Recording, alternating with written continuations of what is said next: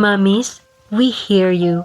Bilang isang ina, alam namin kung gaano ka-challenging mag-juggle ng ating mga responsibilities mula pagbabudget, pag-aalaga sa ating mga anak, pag-manage sa ating oras at sa mga gawaing bahay, trabaho, oras sa asawa at relationship natin sa ating pamilya.